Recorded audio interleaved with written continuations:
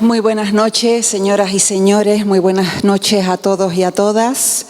Con la música y el sonido de la guitarra les presento a Adrián Nuez Vera, santaluceño que estudió en el Ateneo de Vecindario, en la Fundación Blas Sánchez de Ingenio, en el Conservatorio Superior de Música de Las Palmas, y allí está finalizando sus estudios superiores. Adrián ha recibido ya varios premios en concursos y certámenes. Adrián ha participado en numerosos conciertos y, como ustedes han podido comprobar ahora mismo, le espera un gran futuro profesional en la música. Así que les pido de nuevo un aplauso para él.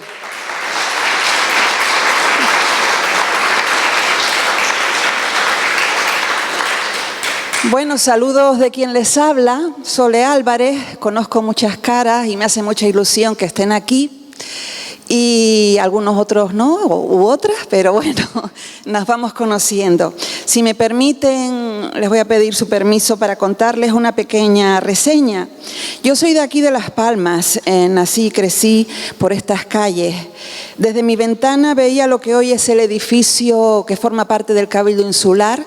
Antiguamente era una residencia, un convento de Nuestra Señora de los Desamparados.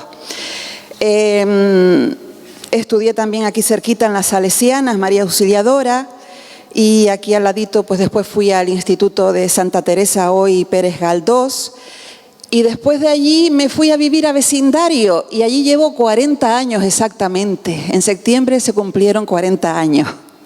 Les digo y me atrevo a contarles esto porque de Santa Lucía, del sureste de esta isla, queremos traer no solo la música de Adrián Nuez, sino un trocito de su historia, a través de una persona que muchos y muchas conocieron, una persona que significó tanto que hoy en día le seguimos echando de menos. Camilo Sánchez era una persona vocacional, trabajadora, de principios, capaz de poner encima de la mesa los derechos fundamentales de las personas, de su pueblo, de crear ilusión y esperanza, una ilusión tan grande que recuerdo una frase que repetía bastante en algunos de sus discursos y que sirvió de logo al municipio: Santa Lucía, una ciudad para vivir.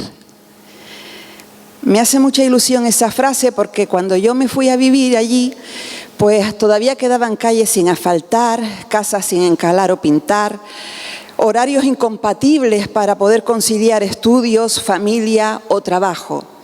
Transporte directo o cómodo tampoco, que facilitara la vida, y la red de agua se cortaba día sí y día no. Había muchas carencias en infraestructura. Hoy en día al municipio, como a otros, no le falta nada para vivir, con todos los servicios y comodidades. El sureste de Gran Canaria es una comarca envidiada por muchos y reconocida fuera de aquí. Camilo Sánchez fue un ejemplo de que la política, el servicio de crear y trabajar por el bien común es posible y valorado cuando se hace bien en este caso. Así que para empezar este acto les invito a escuchar nuevamente, para dar paso quizás a lo más importante de la noche, a otro tema que nos va a tocar Adrián, ¿te parece? Venga.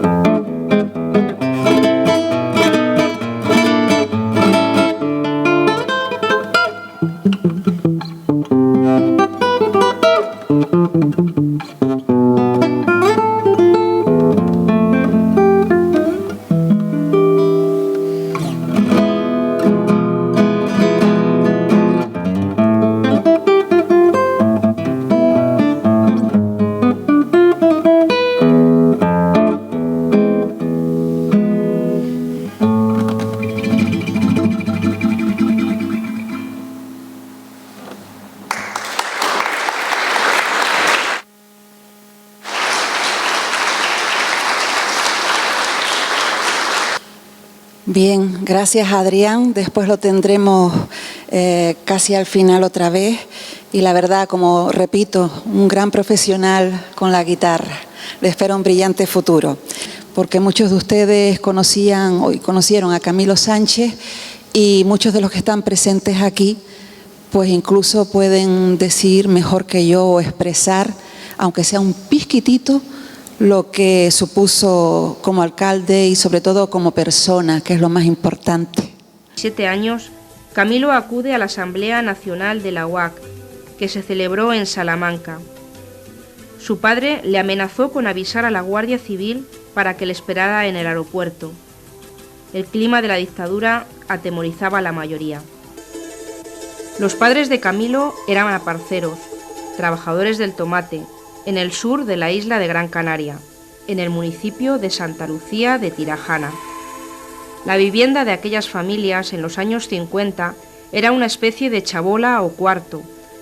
Cuando Camilo tenía 8 años, la familia se traslada a vivir al cruce de Sardinas, a 1 kilómetro del barrio de Casa Pastores. La familia pudo adquirir un solar y se hicieron una casa. El padre deja de trabajar de aparcero y monta una pequeña tienda de las llamadas de aceite y vinagre, en las que se vendían productos de primera necesidad para clientela popular. A los 12 años fue al seminario. A los 15 años fue Pepe Suárez, un hombre cuya dedicación eclesial giraba en aquel momento en torno a la promoción de militantes, el que acercó a Camilo a la Hermandad Obrera de Acción Católica, UAC. Más tarde opositó en el Ayuntamiento de Telde para adquirir en propiedad una plaza de administrativo. Los primeros momentos del ayuntamiento son muy duros. En esta primera etapa, la corporación municipal vivía muy conectada con la vida social, sindical, cultural y los movimientos de la parcería, enfrentándose incluso con las fuerzas de orden público. Como miembros del ayuntamiento, los concejales acudían a los piquetes que recorrían los cultivos para animar a la gente a la huelga. La acción prioritaria fue combatir la marginación existente en el municipio. Era mucha la gente viviendo en chabolas y cuarterías. Se organizó un ambicioso plan para la erradicación del chabolismo que culminó con la vivienda en propiedad para todas las familias. Conocí a Camilo Sánchez casi cuando era un niño y a partir de entonces y hasta su muerte fue coherentemente un hombre profundamente cristiano que desde su fe inspiró su acción. Después de su muerte siguió siendo lo mismo. Y la fe para él era la razón de ser de su existencia.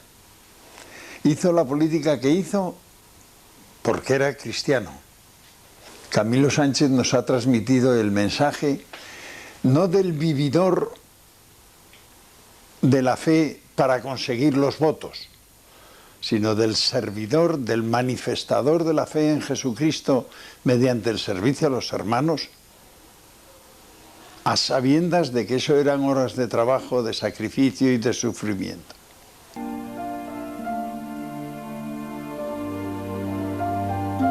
Cuando la realidad de la muerte ya no había quien la negara, Chana fue a hablar con sus hijos sobre la situación.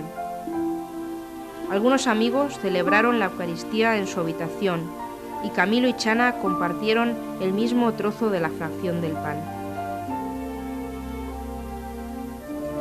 Con 45 años, muere rodeado de los suyos el mediodía del 29 de diciembre de 2000.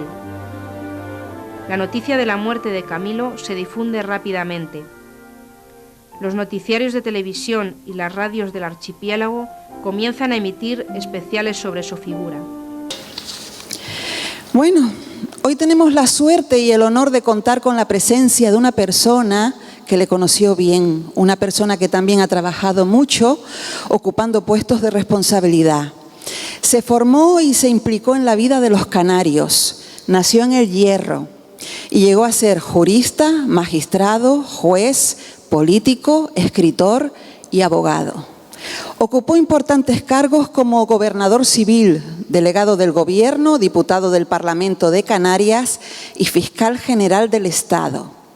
Ejerció su carrera entre Tenerife y Las Palmas y en Madrid, allí formó parte del cuerpo de magistrados del Tribunal Superior de Justicia, una vez constituida Canarias como comunidad autónoma en 1985.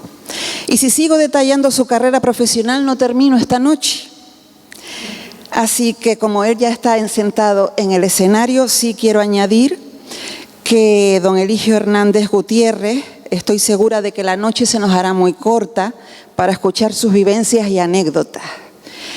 Momentos que vivió y en la que estuvieron implicadas figuras importantes de la historia democrática de este país, que no es poco, incluyendo al actual presidente del gobierno, Pedro Sánchez, cuando apenas se le conocía.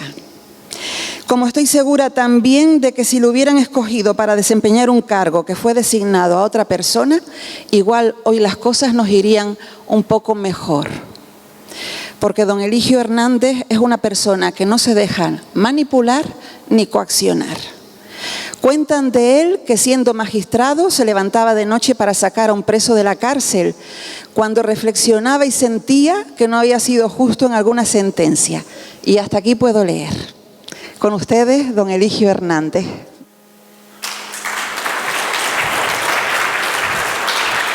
Buenas noches, queridos amigos. Gracias a Eugenio por haberme dado la oportunidad de hablar de Camilo. Cuando venía caminando por Tomás Morales, yo le preguntaba al hombre que siempre va conmigo, como decía Antonio Machado, que cuáles eran los motivos para que yo estuviera presente hoy aquí. Creo que fue Borges el que dijo que cuando se recuerda a una persona muchos años después de fallecido, en este caso 20 años después, es porque algo lleva dentro. ¿Qué llevaba dentro Camilo? Llevaba la constante, permanente e inalterable vocación política de cristiano militante que luchó toda su vida por la justicia social. Yo le conocí cuando yo era un joven juez de instrucción, era bastante mayor que él, porque él y Carmelo Ramírez, a los que conocí entonces, cuando yo era juez de TEL del año 76, los conocí y como yo había sido militante de OAC, pues se creó entre nosotros una relación muy estrecha. Aquel juez que era yo, era tan ingenuo que pensaba que se hacía justicia aplicando la ley. Grave error. Yo creía que se hacía justicia dando a cada uno lo suyo. Una ilusión piadosa y un engaño, porque a cada uno lo suyo se le da al que tiene, al que no tiene no se le da nada. Diferencio, como hizo Cervantes en el Quijote, el linaje del tener y no tener. No se le da lo suyo a los pobres, que son la preocupación fundamental que tiene que tener todo cristiano. Ya nos advirtió Romero, Óscar Romero, ese obispo que por fin ha sido beatificado y que murió acribillado diciendo misa en el altar. Él nos advirtió que a veces les decimos a los pobres que es que Dios quiere que sean pobres. Mentira. Dios no quiere que unos pocos tengan mucho y otros no tengan nada. Por eso creo que si tuviera que definir a Carmelo, lo definiría por el que yo creo que es el legado fundamental que nos dejó. El gran legado histórico de Carmelo ha sido preferencial por los pobres. La opción preferencial por los pobres fue una creación de los teólogos de la liberación. Fue luego adoptada por la Conferencia Episcopal de Medellín, por los obispos progresistas hispanoamericanos, pero no se podía hablar de la teología de la liberación. Era algo escandaloso en el mundo cristiano. El clero no hablaba de la teología de la liberación, sino como algo del demonio. poco a poco la teología de la liberación y la opción preferencial por los pobres ha ido impregnando el mundo cristiano y católico. Y ha llegado ya a los papas. Francisco, que tuvo el acierto de adoptar el nombre de Francisco de Asís, que es el santo más parecido a Jesucristo, porque precisamente se ocupó de los pobres, me emocionó que un día dijera: quiero una iglesia pobre para los pobres. Justo lo que machaconamente ha defendido el obispo Óscar Romero. Pero la opción preferencial por los pobres no es una característica del catolicismo ni del cristianismo, ni siquiera su característica fundamental, es la esencia del cristianismo. Dice Romero, lo cito muchas veces esta noche, que no se puede entender un cristiano que no opte como Jesucristo por la opción preferencial de los pobres. Esto es fundamental. Y fue un paradigma en esto nuestro querido Camilo. Su testamento espiritual, que está en la última página del libro, en una carta muy pequeñita que yo tengo en mi mesa anoche, cuando me la mandaron cuando él falleció, pone de manifiesto las tremendas desigualdades de la humanidad. Los ricos son cada vez más ricos, los pobres cada vez más pobres, igual que los países ricos son cada vez más ricos y los pobres cada vez más pobres. Y tiene 3 líneas finales que, en mi opinión, condensan todo el pensamiento y la acción de Camilo. Léanse las 3 líneas finales, son algo extraordinario. Dice lo siguiente: que la lucha por la solidaridad de los empobrecidos de la tierra sea el referente y el alma que ilumine el camino hacia el Padre, y el motor, el faro que guíe las decisiones en beneficio del mundo y de la humanidad. Lo repito otra vez, porque cuando alguien en su lecho de muerte es capaz de dejarnos ese mensaje, yo me siento enormemente conmovido también hoy.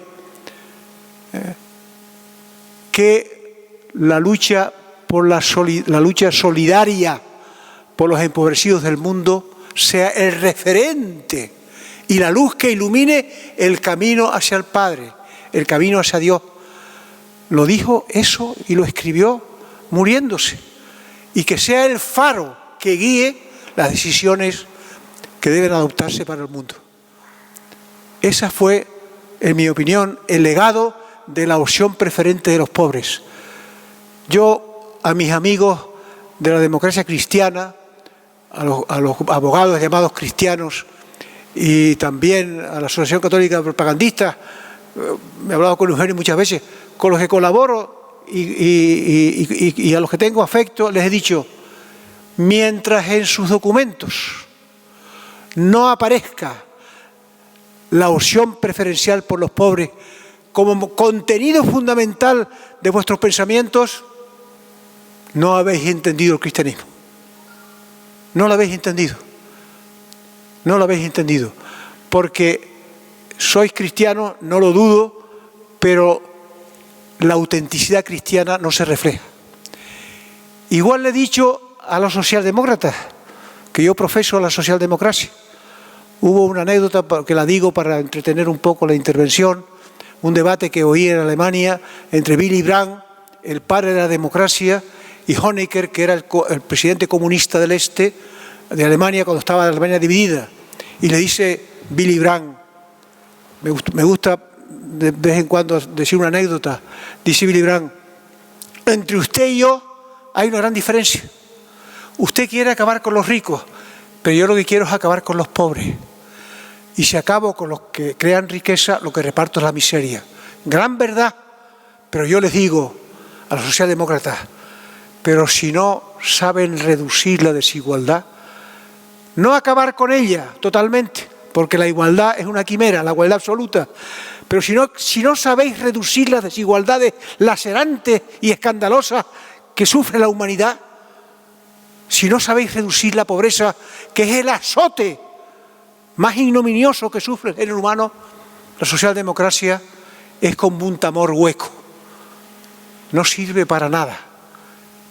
No es una pura cuestión que engaña al pueblo.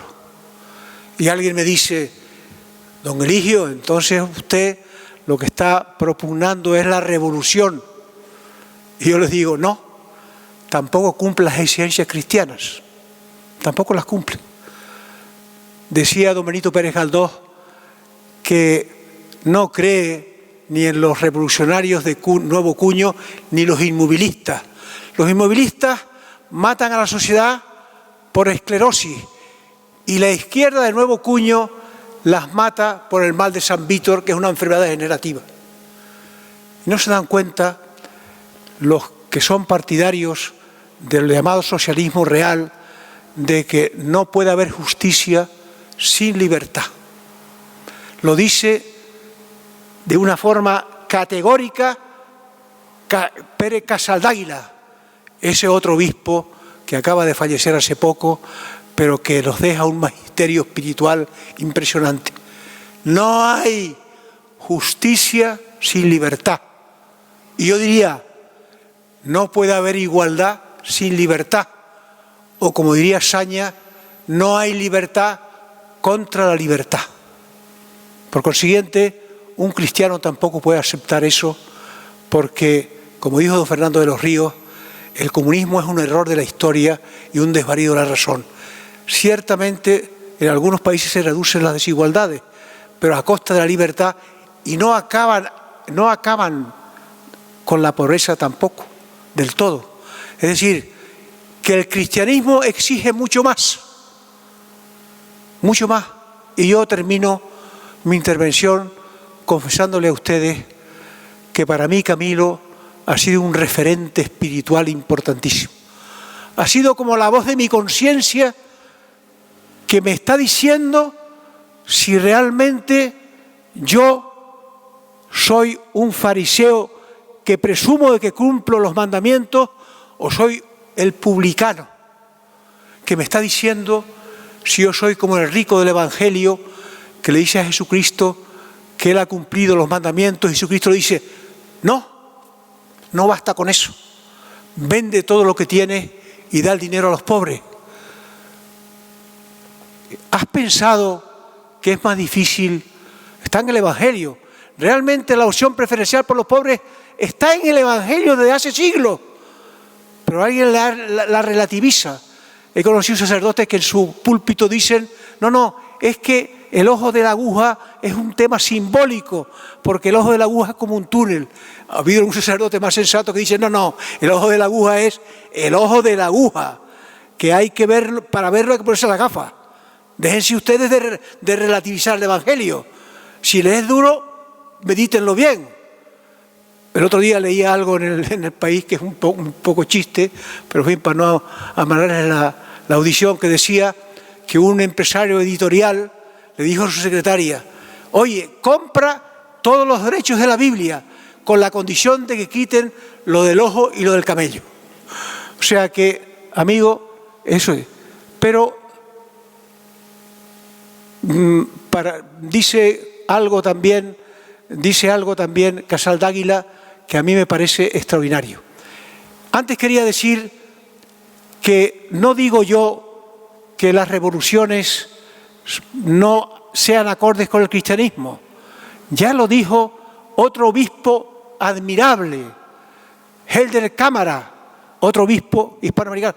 Dijo, no, la única forma de evitar la revolución es la presión moral liberadora. El cristiano tiene que estar por encima de todo eso.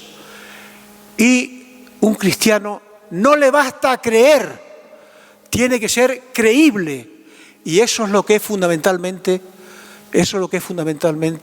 o ha sido fundamentalmente Camilo. Camilo era un hombre creíble. Me pregunto muchas veces y me atormenta, ¿soy yo creíble? Que digo que cumplo los mandamientos y que acato el Evangelio. ¿Soy creíble? Cuando llegue arriba al juicio final, podré decir, mira, he cumplido los mandamientos, y cuando me pregunten, ¿le has dado de comer al hambriento? ¿Le has dado de comer al sediento? ¿Qué responderé yo? Como el rico que se entristeció porque tenía muchos bienes. ¿Realmente soy un cristiano creíble? Me atormenta esto tremendamente. Al final pienso que estoy en las manos de la misericordia de Dios, y eso me da un cierto consuelo. La lucha por la justicia social no se consigue en los juzgados de lo social aplicando una ley, una reforma laboral, por mucho que ahora digan que van a reformar las leyes laborales. La justicia no es cosa de este mundo. La justicia social se obtiene, se consigue, como hizo Camilo, con el ejemplo y con el testimonio. Como dijo don Pérez Galdós el 27 de marzo de 2010 en Valladolid, la lucha por la justicia social es dura y requiere un valor indomable y una abnegación sin límites. Camilo tenía un valor indomable y una abnegación sin límite.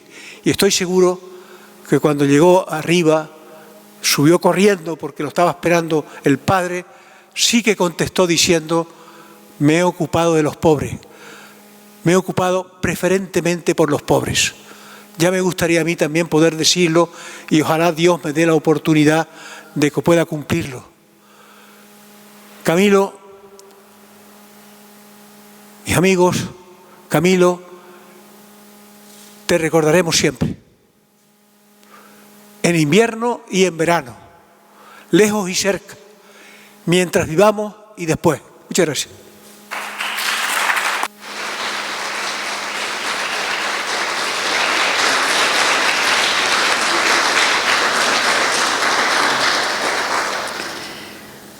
Pues si usted no tiene el cielo ganado, y muchos de los que están aquí, los demás, no sé, lo vamos a tener también complicado.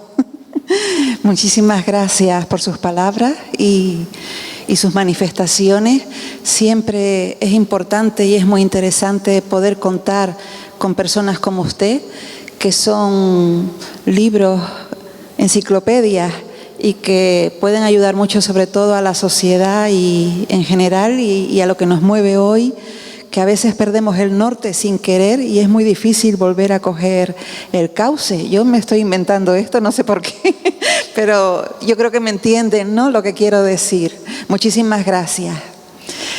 Y ahora vamos con una pequeña actuación. La pregunta que nos hacemos siempre en algún momento de nuestra vida acaba siendo siempre la misma, ¿no? Cuando somos capaces de mirarnos hacia adentro y nos entran dudas ante cualquier acontecimiento y con profunda sinceridad, sí lo conseguimos y nos descubrimos a nosotros mismos. Aunque muchos hayan cambiado las cosas, las costumbres, los detalles, hasta el lenguaje, hasta los afectos, siempre vuelve la eterna pregunta: ¿soy lo que soy? ¿Soy lo que otros quieren que sea? En fin, ¿vamos con ser o no ser? Esa es la cuestión. Esta frase del personaje de Hamlet en la obra de William Shakespeare representa la experiencia humana frente a las tensiones que se producen entre la voluntad y la realidad, de tal manera que la vida y la muerte son opciones a considerar. Es un poco también quizás el epicentro de lo que nos mueve a estar hoy aquí todos y todas, recordando a una persona que fue muy valiosa y muy importante, y también los que están y los que están por venir, ¿no?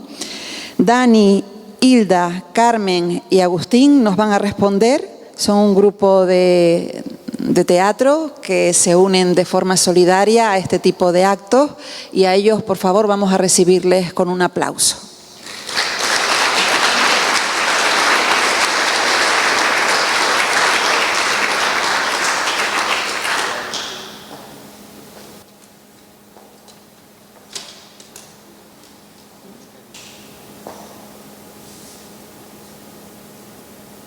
Acariciando la día, en una noche gris, llegó, beso a beso, lengua a lengua, la inocencia de un infante al dormir. En sus ojos habitaba el miedo, en su sonrisa la hiel y el hollín, en sus párpadas manos la empuñadura del fusil. 0-0. Esa es la cuestión.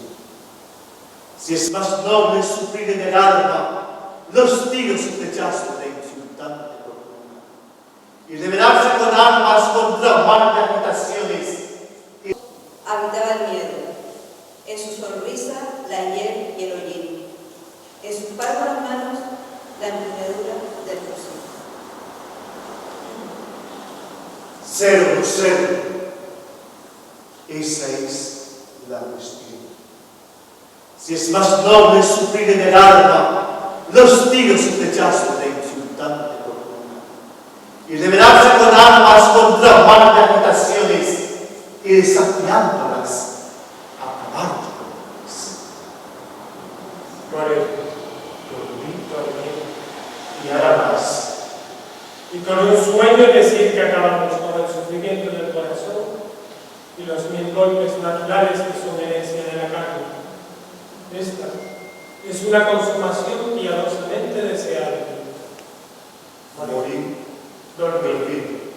dormir, dormir, tal vez también soñar. Y aquí es eso. Tenemos que preocuparnos.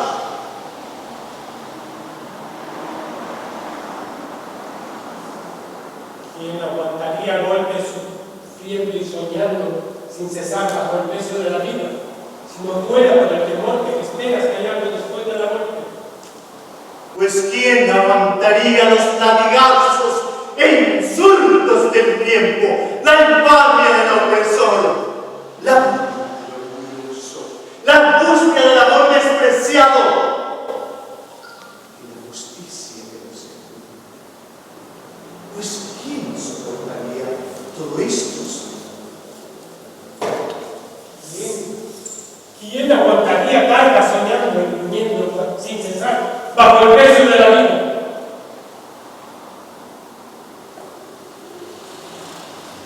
El país inscrutible, de cuyos límites ningún viajero regresa jamás. He aquí el pensamiento que nos hace tan interminable el infortunio. Antes de lanzarnos a otros que desconocemos, así la conciencia a todos nos convierte en cobardes. Y así, el colorido natural de la resolución se desvanece por la pálida tonalidad de la razón. Y las empresas de mayor importancia y empuje por esta consideración tuercen sus cursos y pierden el nombre de acción.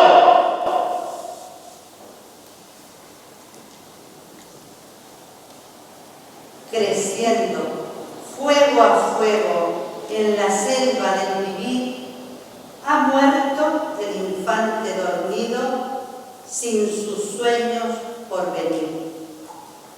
Y ahora, en brazos maternos, descansa el infante al fin, llorando el hombre renacido al sentir al infante morir. Morir, dormir, dormir, morir.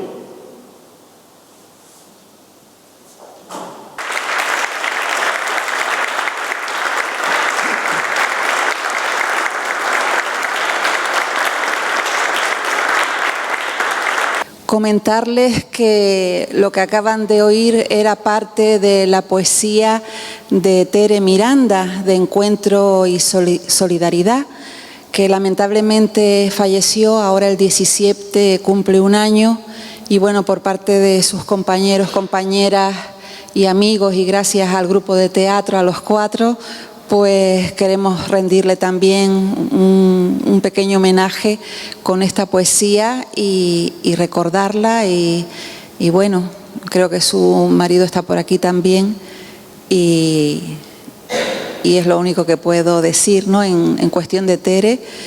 Y en cuestión de Eugenio lo tengo difícil también, Eugenio Rodríguez.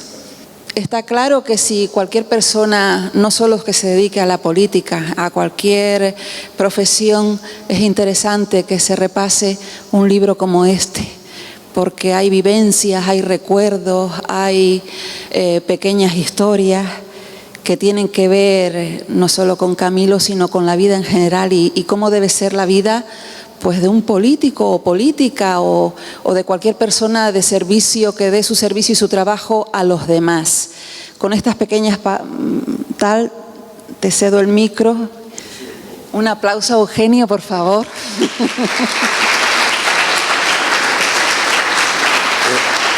Este es inalámbrico.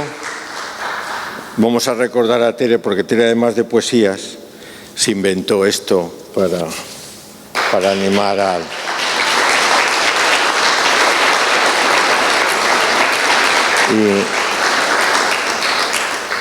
Tere no conoció a Camilo, pero es una de las encarnaciones de que cuando alguien es solidario, la solidaridad sigue.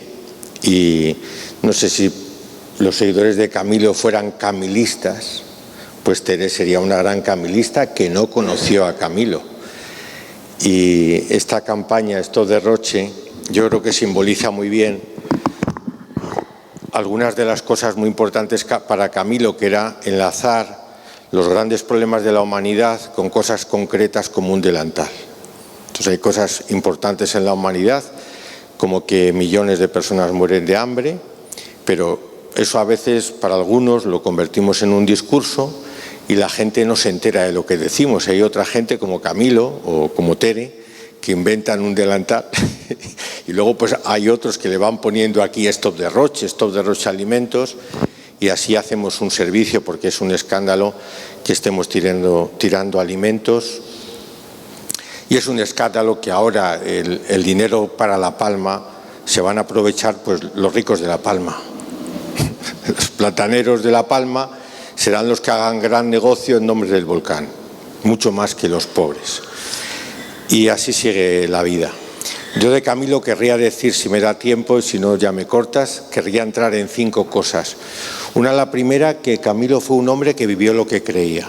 Nos pasó una cosa muy simpática una vez a los curas de Gran Canaria, que estábamos en la formación permanente en Tafira, y vino un señor y nos dijo: yo estoy seguro que todos ustedes saben la parábola de la roca, construir sobre roca, construir sobre arena. Y no solo ustedes, no lo hago con ustedes, pero lo he hecho con muchos grupos y siempre pasa lo mismo, Pero para ganar tiempo les voy a contar la cosa sin interactuar, sin preguntarles a ustedes.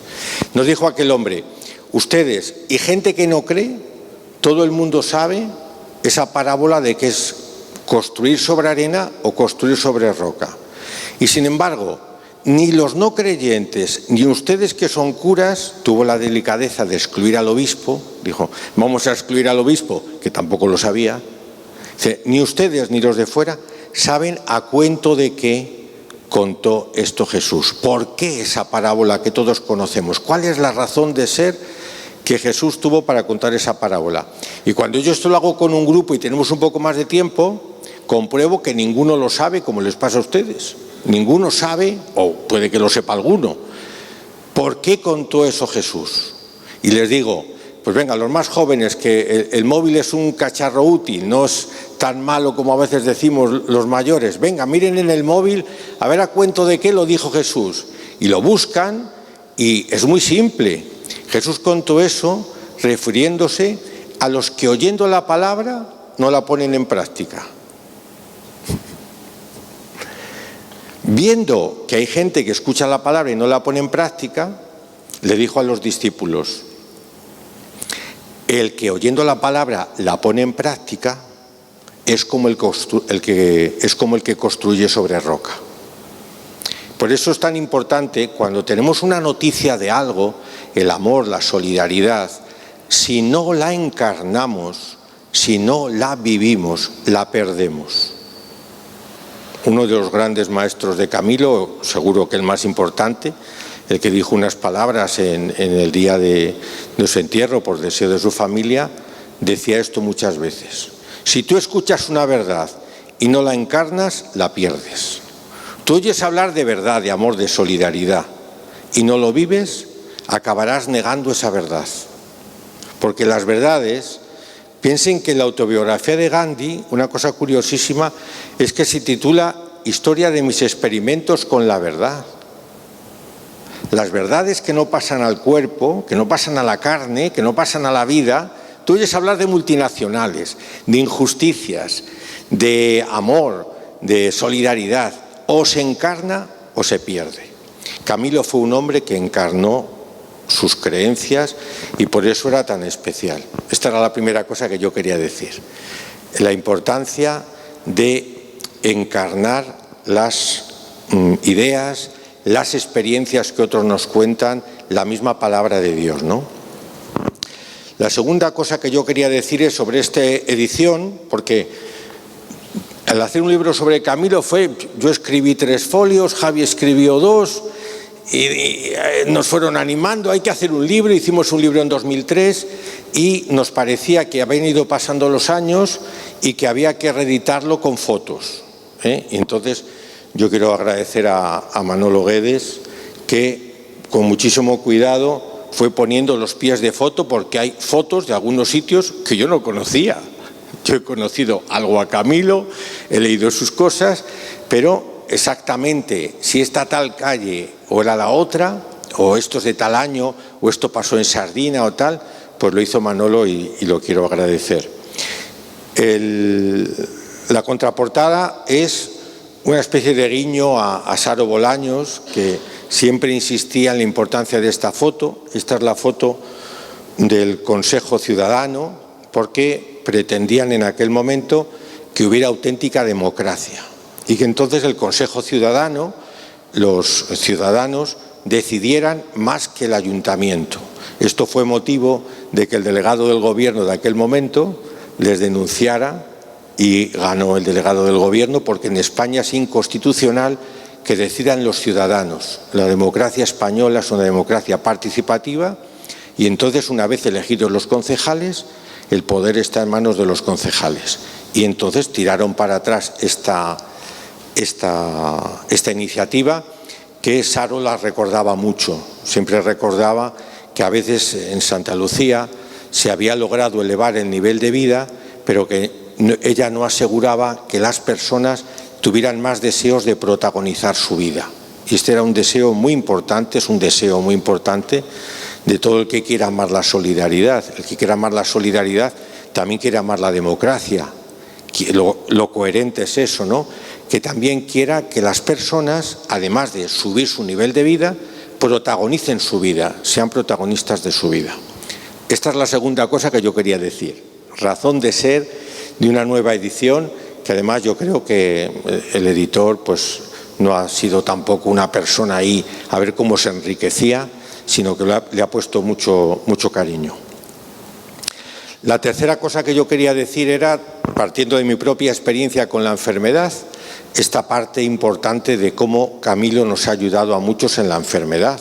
Cuando a mí me dicen el 14 de noviembre de 2014 que tengo leucemia, y me lo dicen en el mismo hospital en el que había muerto Camilo, en el mismo hospital en el que había muerto Saro, pues lógicamente pues a mí aquello pues me afectó de alguna manera, ¿no? Era un sitio al que yo había ido de visita. Ahora voy de capellán también, pero bueno, esto ya es otra historia, ¿no? Entonces es muy importante darnos cuenta yo he ido tomando conciencia de cómo me influyó Camilo en ese momento, ¿no? Yo había leído, había escrito cómo vivió Camilo la enfermedad y decidí intentar hacerlo de una manera parecida. En primer lugar, la vivencia socializada de la enfermedad.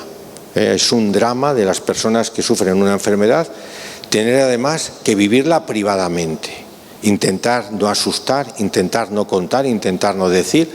Yo, siguiendo lo que había dicho Camilo cuando lo explicó en la Universidad de Maspalomas, su propia experiencia, decidí hacerla pública.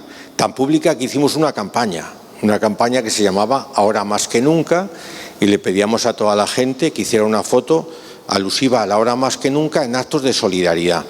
Y llegó una pintada de Santiago de Compostela y una manifestación, y la misma manifestación contra el hambre de Las Palmas, y la socialización de la enfermedad ayuda muchísimo.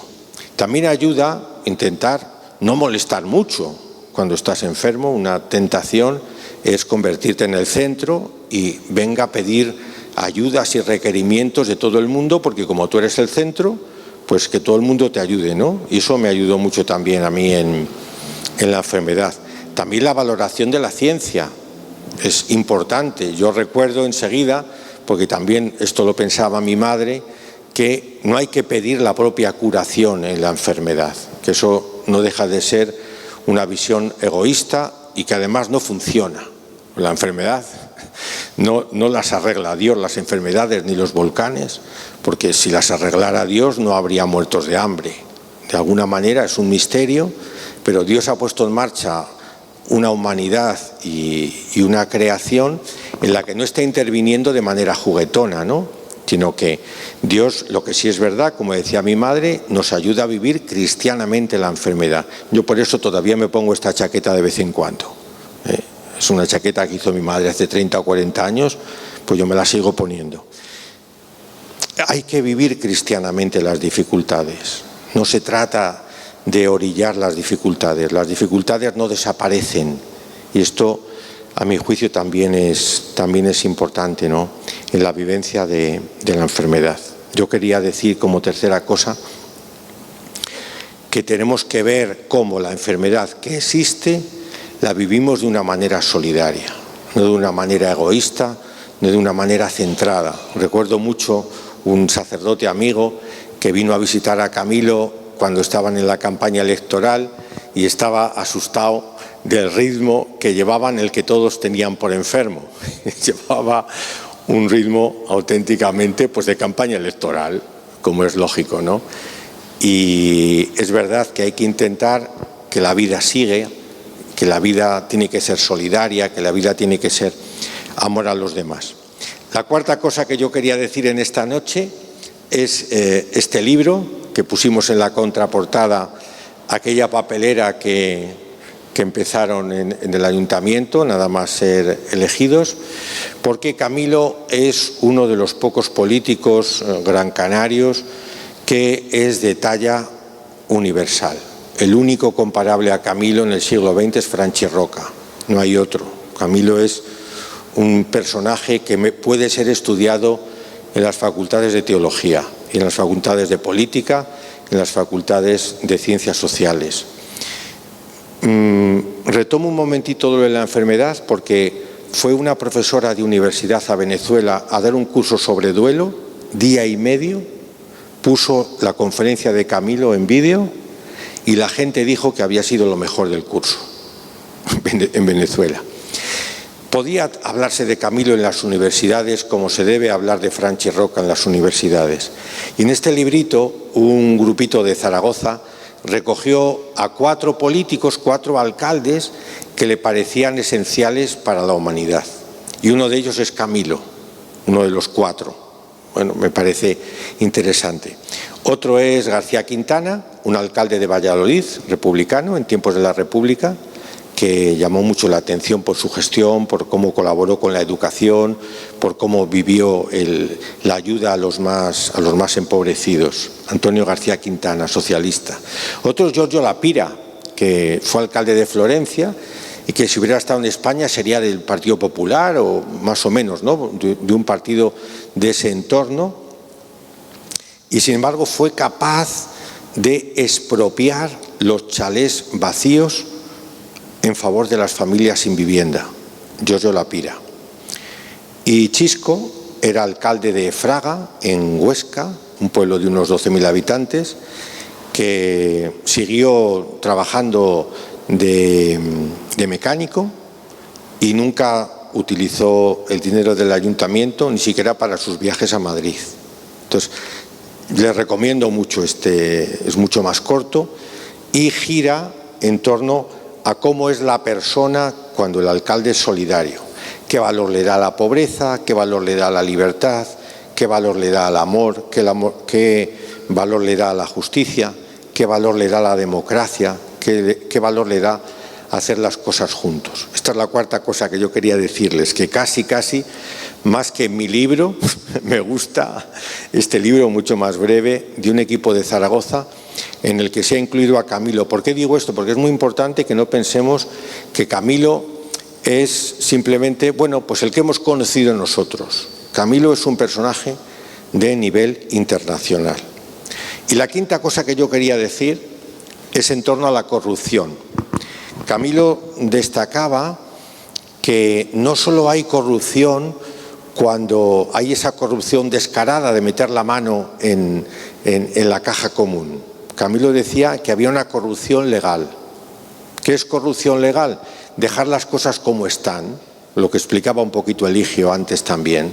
Dice, bueno, aplicar las leyes de la justicia actual, y si tú aplicas lo actual, estás en la legalidad, pues eso es que ya estás limpio. No, para Camilo era corrupción no construir justicia.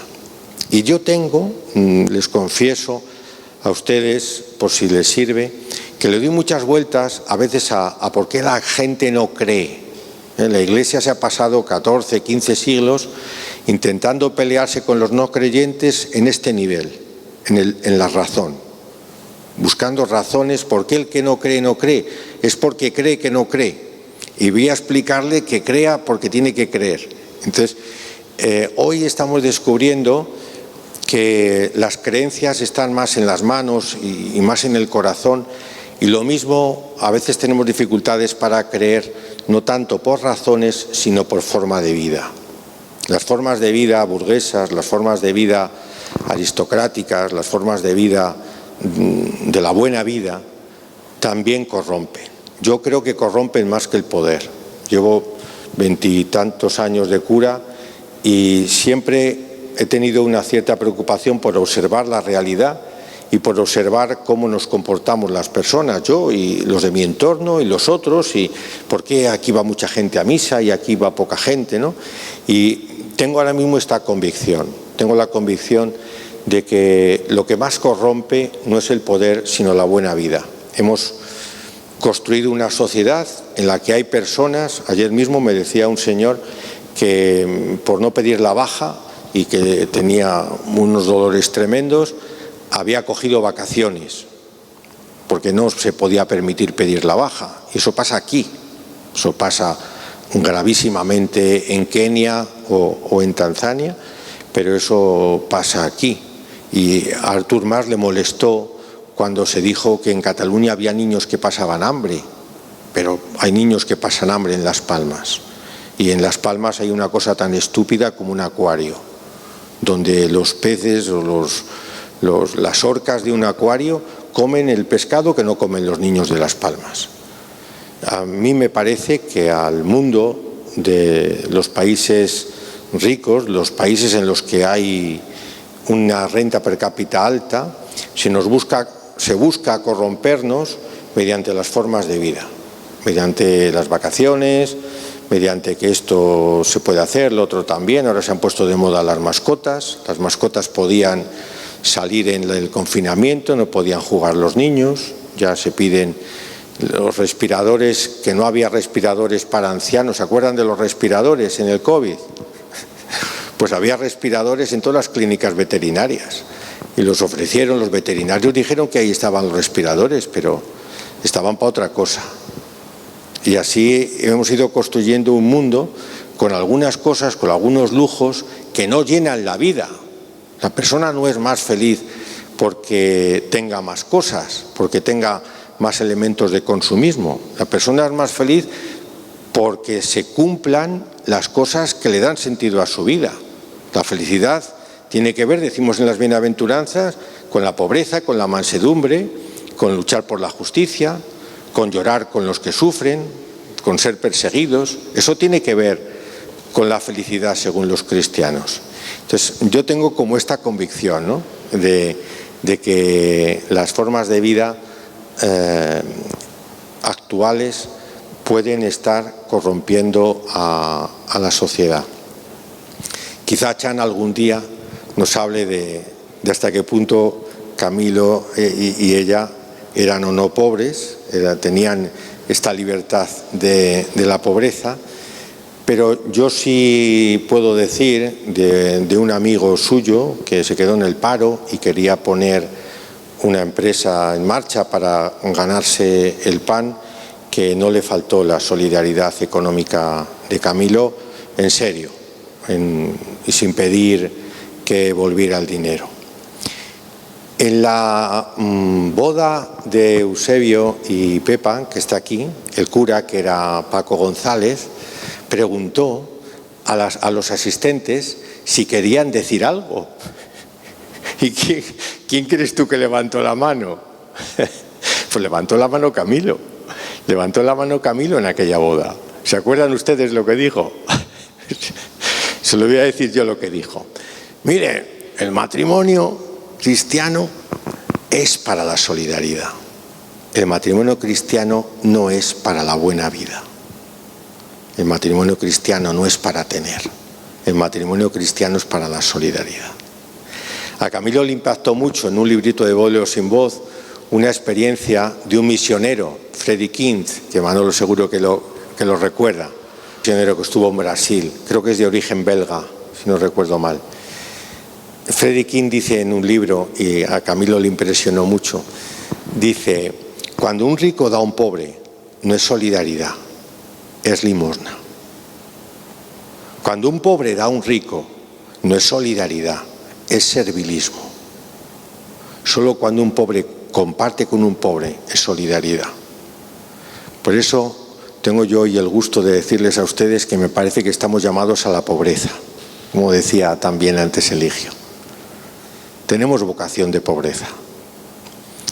La miseria, el círculo vicioso de la miseria, se combatirá con el círculo virtuoso de la pobreza.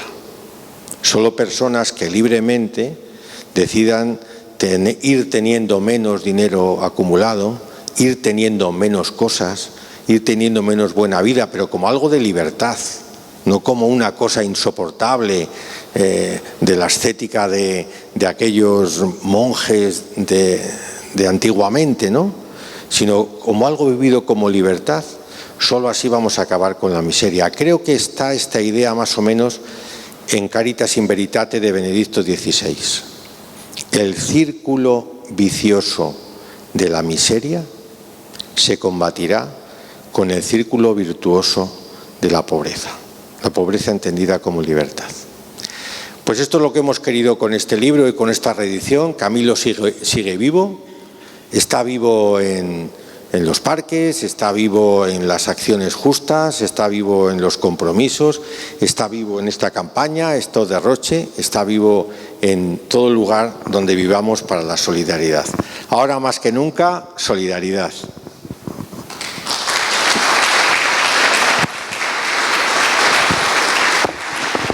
Está claro que hay que leerse el libro.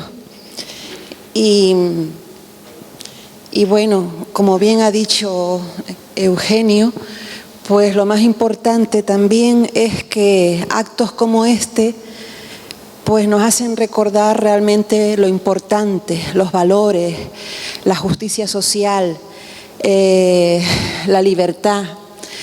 Y en los tiempos que vivimos se hace cada vez más necesario. Muchos de ustedes vienen de vuelta de la política, de sus trabajos, otros están empezando. La sabiduría de las personas que están aquí sentadas en esta parte del escenario, muy importante. Y estos actos son importantes por eso mismo, y hay que recordarlo de vez en cuando. Camilo se fue hace 20 años, pero queda su esencia, y yo creo que en esta vida, como bien decía Eugenio, no es lo que tenemos, sino es el recuerdo que dejamos. Y eso perdura con nuestras acciones y con nuestro servicio a los demás. Él dice que lo siente en muchos sitios. Yo lo siento donde trabajo cada día. Y siento que, bueno, los vídeos que teníamos aquí previstos para hoy, había muchas frases de él.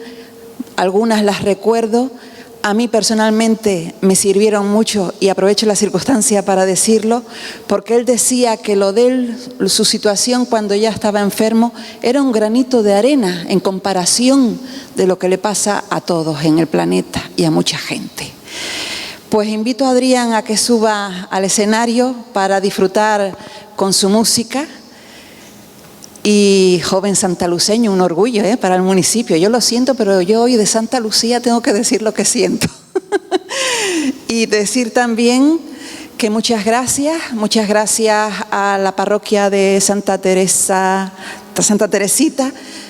muchas gracias al señor que puso el sonido y el cable y todo, Agustín Serpa.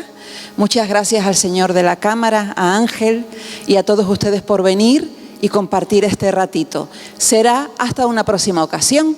Gracias.